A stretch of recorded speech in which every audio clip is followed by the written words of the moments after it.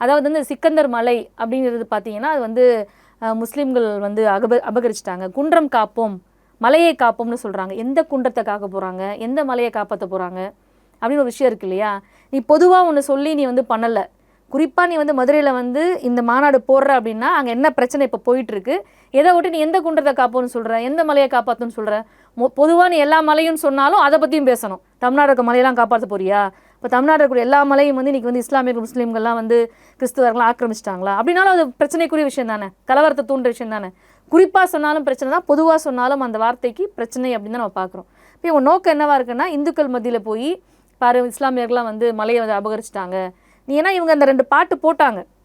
நீங்கள் இந்த பிரச்சனையை ஒட்டியே பார்த்தீங்கன்னு சொன்னால் 2 பாடல் வந்து தமிழாவா, மானமுள்ள தமிழாவா அப்படின்னு ஒரு பாடலும், இன்னொன்று வந்து இந்த மாதிரி மலையை வந்து இது பண்ணிட்டாங்க அப்படின்னு சொல்லி ஒரு சர்ச்சைக்குரிய பாடல்களை வந்து போட்டாங்க. அதில் அருவாலாக இருக்கிற மாதிரி ரத்தம்லாம் சொட்டுற மாதிரிலாம் வந்து பாடல் இருந்துச்சு.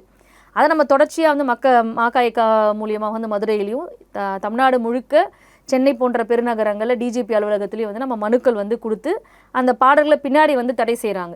அப்போ அந்த பாடல்லாம் என்ன அப்படின்னு சொன்னால், இந்துக்கள் மத்தியில் இஸ்லாமியர்கள் மீது ஒரு கலவரத்தை ஏற்படுத்தணுன்ற நோக்கத்துக்காகவே அவங்க உருவாக்கின பாடல்கள்